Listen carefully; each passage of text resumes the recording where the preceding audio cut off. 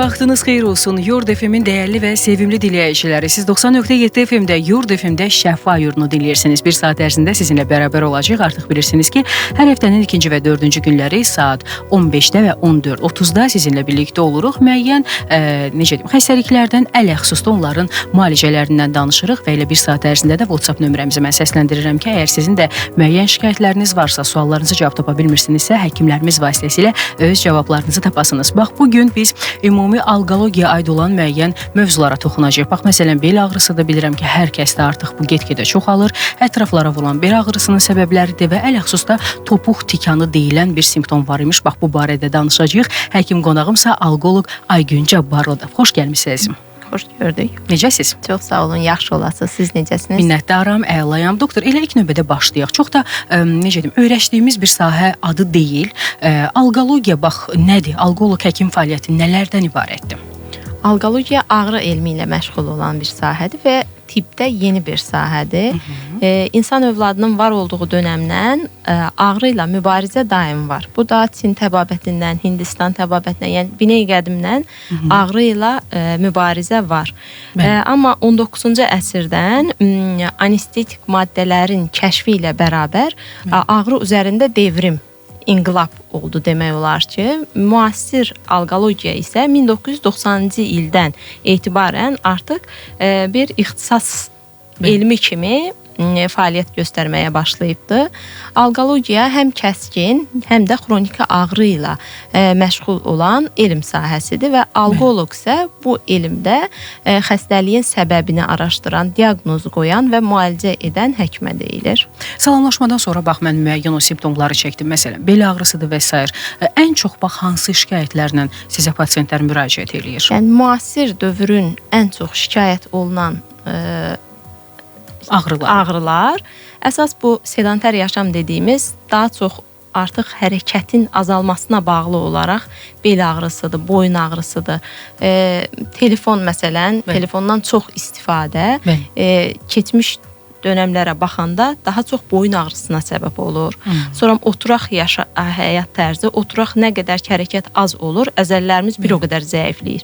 Bundan dolayı da onurğuya, digər sümük sisteminə düşən yük artdığına görə bel ağrıları artır. Amma biz ona bel ağrısı demirik, doktor. Biz ona özümüz bir ad düşünmüşük. Biz deyirik ki, bizim tuzlaşmamız var. Gəl bir dirsəyinlə bir ovala keçsin deyirik, amma keçmir. Get-gedə də boyun hissə yavaş-yavaş, bax göstərdiyim kimi aşağı əyilir və çox estetik də görünmür. Bir tərəfdən də çox pis ağrı verir insana. El arasında qulunc deyirik. Qulunc tutubdur və oxalamaqla doğrudan da rahatlayır. Amma tibbi terimdə miyofasial ağrı sindromudur. Əzələlərdəki olan xüsusi bir mikro travmaya və yaxud tərs durmağa, soyuğa bağlı ən çox bu olur. Belə əllə əllədikdə belə orada xəstənin özü də deyir ki, əlimin altında bir şey qart-qırt səs gəlir, bant kimi. Miyofasial ağrı bantlarıdır. Onda çox rahatlıqla müalicəsi mümkündür. Doktor, o zaman analarımız düz deyir, saçın başın deyir, yaş yatanda, səhərsi gün deməli düzdür. Çox doğru Anam özü çox sevinərdi, çünki mən onunla heç vaxt bu barədə razılaşmıram, amma düz deyirmiş. Doktor, bax deyirsiniz ki, müalicə üsulları çoxdur. Biraz bundan bəhs eləyək. Necə müalicə olunur bu ağrı? Çünki çox, yəni, yaş həddi demək olar ki, yoxdur bax bu ağrıda. 7-dən 70-ə hər kəsdə mütləq ya əyri duruş var, duruşa bağlı müəyyən ağrılar var. Deyək ki, bax, mən gəldim yanınıza, dedim ki, doktor, boynumun ağrısı, çiyinlərimə vurur və s. Nə gözləyir məni? Hər hansı bir analizə ehtiyac varmı? İlk öncə xəstə gələndə xəstədən geniş miqyaslı anamnez toplanması çox önəmlidir. Xəstədən anamnezi düzgün topladıqda xəstə bütün dərdlərini özü açıq bir şəkildə bizim qabağımıza sərir. Daha sonrası fiziki müayinədir. Fiziki müayinə ilə, yəni hər bir orqan deməyək də, oynağınmı deyim, belinmi, boynunmu, özünə məxsus xüsusi fiziki müayinə testlərimiz var. Bu testləri eləyirik, xəstəni dinləyirik və buna əsasən gərəkdiyində artıq bizə yardımcı olan radioloji metodlardan istifadə eləyirik. Onu artıq vəziyyət göstərir. Xəstənin vəziyyətinə görə o testlərin hansı pozitivdir, ona görə yol alırıq. Doktor, bəzən Türkiyə çarə üsullara çox üst duruq. Məsələn, nə bilim, isti kompres və yaxud da soyuq, əksinə soyuq kompres qoymaq və s. Bunların hər hansı bir zərəri varmı görəsən? Çünki bax, məsələn, həkimə getmədən bunları eləyirik də. Yəni, Türkiyə çarə indiki dövrdə adı tamamlayıcı tibbdir. Yəni, tibbə yanaşı tamamlayıcı tibb adı üstündədir. Düzgün, doğru vəziyyətdə istifadə olunanda niyə də olmasın? Amma bəzi hallarda xəstəliyin həkimə gedib də qarşısı alınacaq vəziyyəti bu türkə çarələr önləyir. Ona görə həkimə müraciət edin. Gərəkdiyində yəni həkim belə deyir ki, tamam, xəstə gəlir mənə məsələn ki, belimə oxaladıram, kompres qoyuram boynuma. Əgər uyğundursa da deyirəm davam eləyin. Yox, vəziyyətə görə bəzən isə isti daha vəziyyəti kəskinləşdirir. Dediyim kimi xəstəni düzgün dinləyib ona danışmaq, yəni bizə çox şeyi hansı istiqamətdə gedəcəyimizi müəyyənləşdirir. Dəyərli dinləyicilər, bir daha xatırladım ki, siz 90.7 FM-də, Yurd FM-də Şəfa yurdunu dinləyirsiniz. Bugün bel ağrılarından, ətrafa vuran bel ağrısının səbəblərindən və topuq tikanından danışacağıq. Əgər sizin də hər hansı bir suallarınız varsa, bizə WhatsApp vasitəsilə mətn şəklində yaza bilərsiniz. 099 6 907 907 bizim telefon nömrəmizdir. Bir daha xatırladıram, 099 6 907 907. Doktor, ağrının özü bir xəstəlikdir, yoxsa simptomdur? Ağrının özü bir əlamətdir, simptomdur yəni. Eyni zamanda da ağrı bir müdafiə reaksiyasıdır. Ağrı olmasa, düşünün ki, adi, bəsit bir şey deyək ki, istiyə əlimizi vururuq, ağrı hiss eləməsək, bütün toxumalarımız, yumşaq toxumalarımız yanar.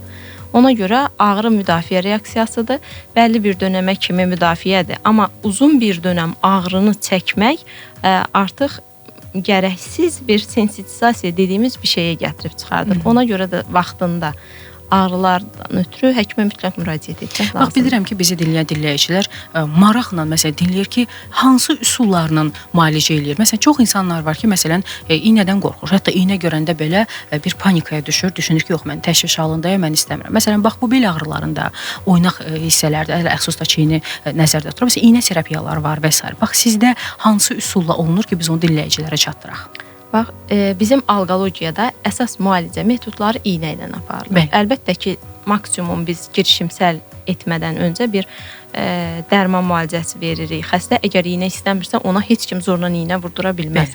Fizioterapiya üsullarından istifadə edirik. Deyək ki, bel ağrısı. Bel ağrısı deyəndə cəmiyyətdə hamının ağlına yırtıq gəlir. Yırtıq ağrının böyük bir qismini təşkil eləyir, amma bütün bel ağrılarının səbəbi yırtıq deyil. Dediyim bu fiziki müayinə üsullarına. Xəstə gəlir, əlində məsələn disk gətirir ki, mənim filan millim ölçüdə yırtığım var. Amma xəstəni müayinə edib baxırıq ki, çox olur bu hallar ki, ağrı yırtığa bağlı deyil.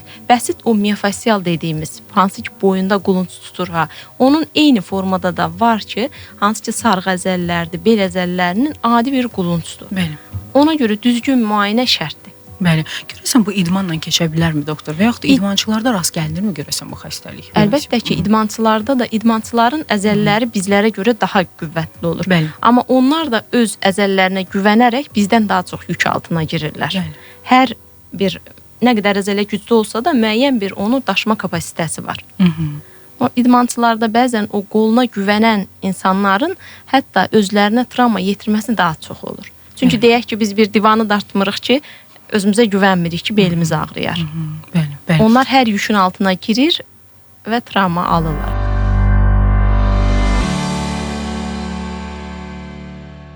Sahənizə bax, mənə maraqlıdır. Bu da aiddirmi? Məsələn, oynaq ağrılarına danışırıqsa, ən çox yaşlı insanlarda diz bükülmə, bükən zaman çox şiddətli bir ağrı olur. Hətta bəzən deyirlər, dizim şişib, dizimə su gəlib və s.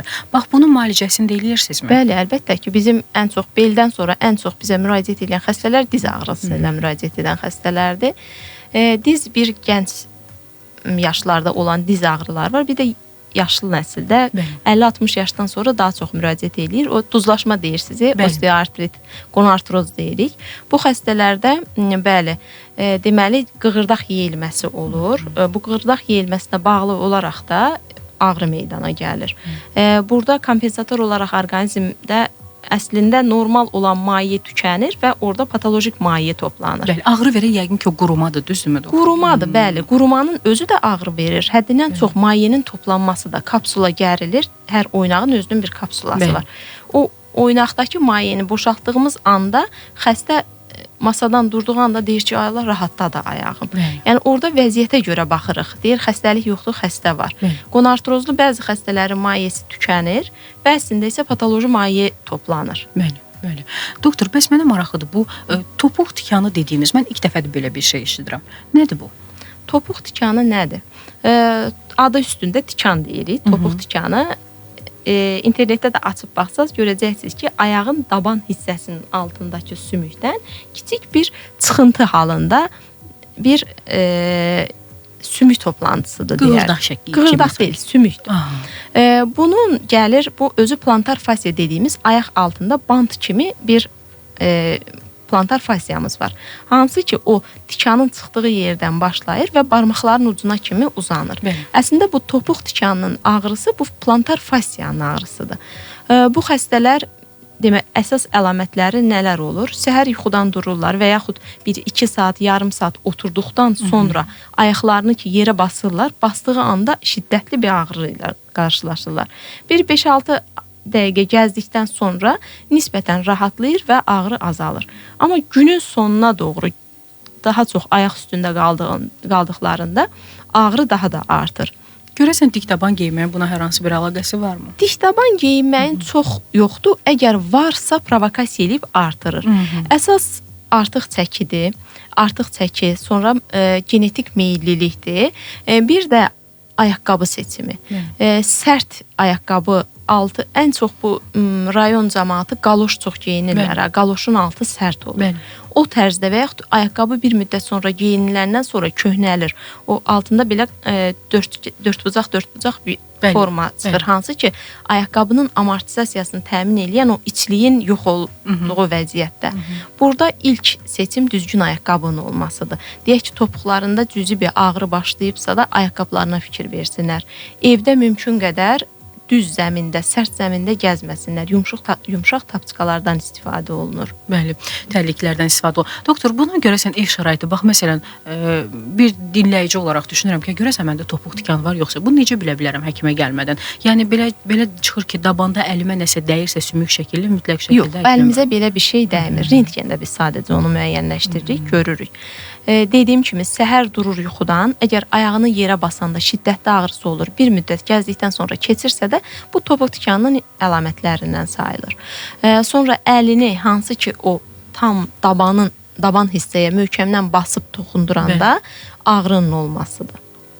Belə əgər dinləyicilərimizin şikayəti varsa mütləq ayaqqabılarına fikir versinlər. İlkin olaraqdan içlik istifadə olunur. Ayaqqabı yumşaq ayaqqabılardan istifadə olunur. Bəzən ilkin başlanğıc dövründə ayaqqabını düzgün seçdikdə toparlaya bilir.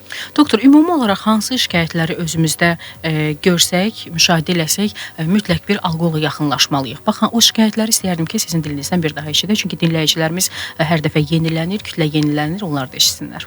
Boyun ağrısı, hər hansı bir oynaqda olan ağrısı, ağrı zamanı boyun ağrısı, baş ağrısı, bel ağrısı, dizdə və yaxud dediyimiz kimi o qulunc ağrısı, hansı ki, hər ehtiyac duyur, hər kəsə deyir ki, bir boynumu oxala, bir belimi oxala.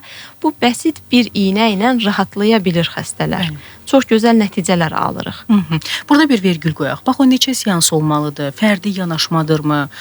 Yəni, ən uzun seans bu zamana qədər nə qədər olub? Bax, bu maraqlıdır. Əlbəttə ki, fərdi yanaşmadır. Xəstə var ki, bir dəfə iynə batırmaqla rahat bir nəticə alırıq. Xəstə var ki, bunu 3 dəfəyə, 4 dəfəyə yaya bilirik. Bir seans neçə dəqiqəni tutur məsələn? Bir neçə dəqiqə. O da yenə fərdidir. Xəstə var ki, məsələn, indi ən çox tutan əzələlərimiz bu trapezius dediyimiz boyun əzələsidir. Xəstə var ki, levator skapulada da var.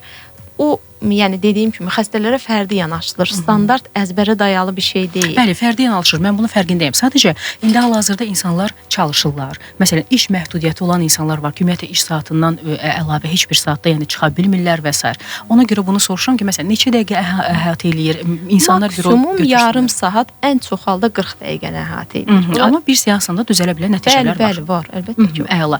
Sayaq doktor, digər məsələn dediniz diz ağrıları, sonra dirsək ağrıları və s. Bax, bunlar bel ağrıları. Bizim ən çox xəstə kontingentimiz bel ağrısı olan xəstələrdir. Yırtığa dayalı bel ağrılarıdır. Sonra Kopeman nodülü dediyimiz bir şey var. Hansı ki, çox gözdən qaçır. Bir çox xəstə məsələn gəlir ki, əlində disklə, dediyim kimi ki, müəyyən bir ölçü yazır. Bu milli mənim diskim fıtımda yırtıq var. çox olur ki, məsələn, baxırıq diskə, görürük ki, yırtıq sol tərəfdədir, amma xəstənin ağrısı sağ tərəfdədir. Burada yenə də fərdi yanaşma, xəstəni müayinə etmə, dinləmək, xəstəyə toxunmaq bizim sahədə çox önəmlidir.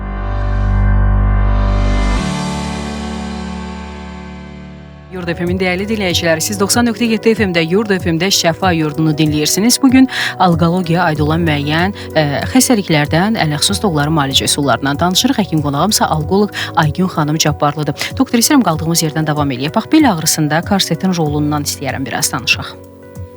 Korset bel ağrısında bəzi vəziyyətdə olmazsa olmazımızdır. Amma korsetin də iki növü var. Bir dəmir, çelik, korseli korset deyirik. Bir isə yumşaq yun isti korset.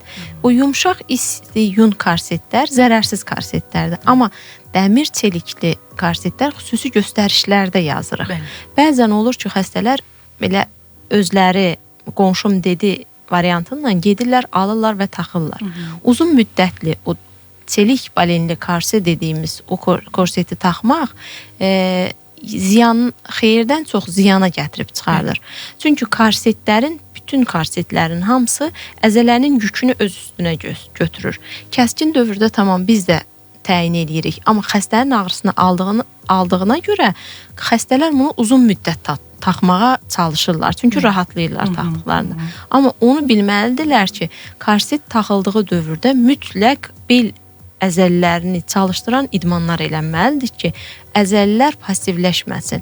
Hardasa bir həftə müddətində yataq şəraitində və yaxud çox korset taxdığında hardasa 10-20% əzələ atrofiyaya uğrayır. Tam atrofiya da deməyək, amma ən azından öz funksiyasını itirir. Onu yenidən bərpa eləmək üçün idman ona görə mütləqdir korset istifadəsi zamanı. Bax, biz müalicəvi korsetdən danışırıq. Sosial şəbəkələrdə yəqin ki, sizin də rastınıza çıxır. Bəzən deyirlər ki, məsələn, 18 sümüklü, 25 sümüklü korsetlərimiz var, xanımlar alır və bu sümüyü niyə vurğulaya deyirəm. Çünki nə qədər çox olarsa, bir o qədər korset daha dik qalır və düşünürəm ki, ziyanı daha çoxdur.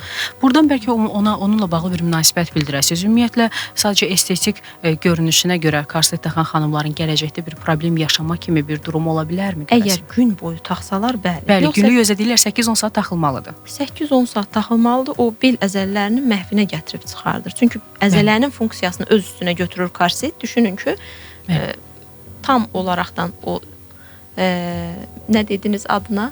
Sümüklü korsetlər. Sümüklü korset. Bəli. O sümüklər əzələnin funksiyasını üstünə götürdüyü üçün əzələ passivləşir. Adi məsələn bir qol sındığında, bunu niyə misal kimi çəkirəm? Gipsin içində qalan əzələ bir ay sonra çıxdığında baxırsınız ki, iki dənə qol arasında əməlli fərq var. Ölçü fərqi var. O da ondan irəli gəlir ki, əzələ çalışmır. Çalışmadığı müddətdə geriləyir. Daha sonra fizioterapiya ilə, idman hərəkətləri ilə toparlayır əlbəttə ki bu. Doktor, bax, oturaq işin bel ağrısına hər hansı bir dəxli varmı? Məsələn, oturaq iş, indi bilirsiniz ki, bütün işlərin demək olar ki, 90% oturaq şəraitdə olur. Oturaq işdir. Gələcəkdə bel ağrıları kimi müəyyən yerlərə yol aça bilərmi xəstəliklərə? Bəli, oturaq işlə məşğul olanlar, sürücülər, sürücü olmaq gələcəkdə bel yırtığına zəmin yaradır. Bəs necə qorunsunlar görəsən? Ona görə deyək ki, bir oturaq işiniz var, məcbur indi işdir bu. Ən azından bir yarım saatdan bir durub 3 dəqiqə, 5 dəqiqə işdə olduğunuz ortamda bir tur atın. Sonra xüsusi gərmə hərəkətləri var ki, hansı ki oturaq iş zamanı ən çox əzəllər rahatlayır, o ayrı. Bir də aşağı qrup əzələləri qısalır. Hamstring dediyimiz budun arxa qrup əzələləri. Onlara xüsusi gərmə hərəkətləri var. Onları etsələr belə hər yarım saatdan bir gələcəkdə bel yırtığı əmələ gəlməsinin qabağını ala bilir. Dəyərli dinləyicilər, bir daha xatırladım ki, siz 90.7 FM-də, Yurd FM-də Şəfa Yurdunu dinləyirsiniz. Müəyyən, bax, bugün bel ağrısından, ətraflara vuran bel ağrısının səbəblərindən, topuq tikanından danışırıq.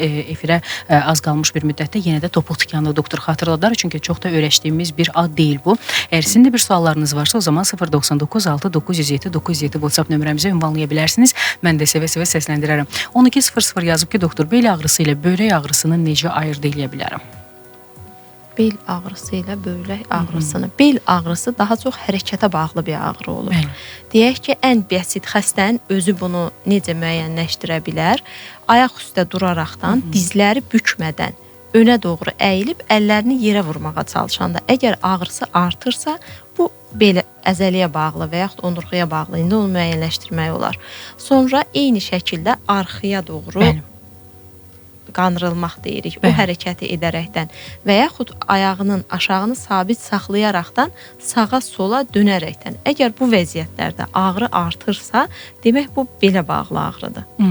Bax, məsələn, ola bilər ki, o deyirik, belə bağlı ağrıların hardasa bir demək olar ki, müəyyən faizi bel yırtıqlarından əmələ gələn ağrılardır. Bel yırtıqlarında əməliyyata göstəriş nə formada olur, necə olur? Əməliyyata göstəriş bir mütləq göstəriş var, hansı ki, burada qaçınılmazdır. Elə xəstə gəldiyində birbaşa biz neyrocərrahın yanına göndəririk. Bir də var nisbi göstərişlər. Mütləq göstərişlər hansılardır? Bir həftə 10 gün müddətində heç bir vəziyyətdə keçməyən ağrı. Yəni xəstə var ki, ayaq üstə deyir, ağrım artır, uzananda rahatlayıram. Heç bir pozada, yəni gecə, gündüz demədən ağrısı dayanmır və medikal, fizioterapevtik və yaxud inyeksiya müalicəsinə rağmen keçməyən ağrısı varsa, bu mütləq göstərişdir. Sonra sidik, nəcis qaçırmaq varsa, bu sidik qaçırmaq müəyyən yaşdan sonra xanımlarda daha çox rast gəlir. Ayaq yoluna çata-çata qaçırmaq deyil. Oturduğu yerdə baxır ki, ısladıbdır. Daha sonra ətraflar arasında ölçü fərqi. Baxır ki, budda, baldırda iki ayaq arasında bariz fərq var. Güc zəifliyi, sonra ayağı qaldırıb gəzə bilmir. Bunların hamısı əməliyyata mütləq göstərişlərdir. Doktor, yazmağa davam edirlər. Deməli, 62-19 yazıb ki, iynə müalicəsi nədir, effektivdirmi? İhtimal ki, bizim bayaq danışığımızı yəqin ki, sonlara doğru eşidib, ona görə bir daha sizin vasitənizlə xatırlatma eləyək ki, bu iynə müalicəsi nədir?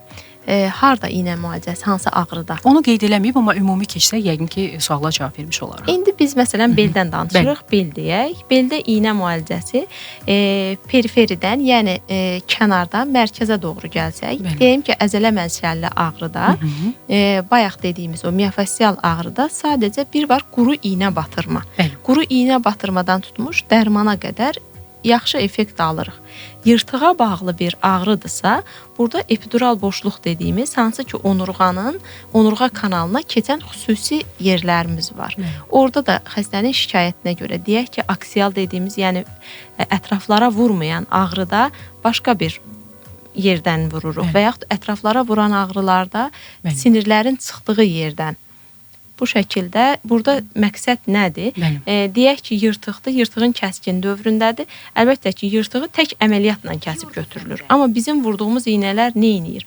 Oradakı ödemi azaldır, şişi azaldır. Eyni zamanda yırtığın kəskin dövründə ora orqanizm özü xüsusi markerlar ifraz edir və o ifraz olunan markerlar belə siniri qıcıqlandırır. Vurduğumuz dərmanlar həm özünün ödeminin geri çəkilməsinə, həm də ora ifraz olunan maddələrin geri sorulması ilə ağrını rahatladırıq.